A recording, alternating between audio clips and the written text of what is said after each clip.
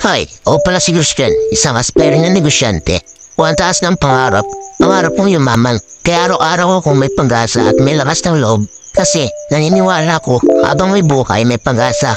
Wala sa diksyonaryo ko ang salitang pahinga hanggat di ko naabot ang mga pangarap ko. Sabi ng ibang tao, baliw na daw ako at ambisyoso sa sobrang taas ng pangarap ko. Wala naniniwala sa akin pero okay lang yun. At least merong pa rin naniniwala. Una ang Diyos at ang sarili ko. Naniniwala ako, yayaman din ako. At kung paano ko gagawin yun, basta matutupad ko din yun. Sa tagal ko na negosyo, madami na akong bumagsak. Pero never akong sumuko. Tuloy lang, basta alam ko sa sarili ko na tama ginagawa ko. Overtime pala kami ngayon. Pagod pero at least accomplished. At ito ang chapter ng libro ng buhay ko. Kung nagustuhan niyo ang video kong ito, please like and share naman. At mag-iwan ka na rin ng comment para sama-sama tayong yumaman. Salamat sa panonood. Sheesh!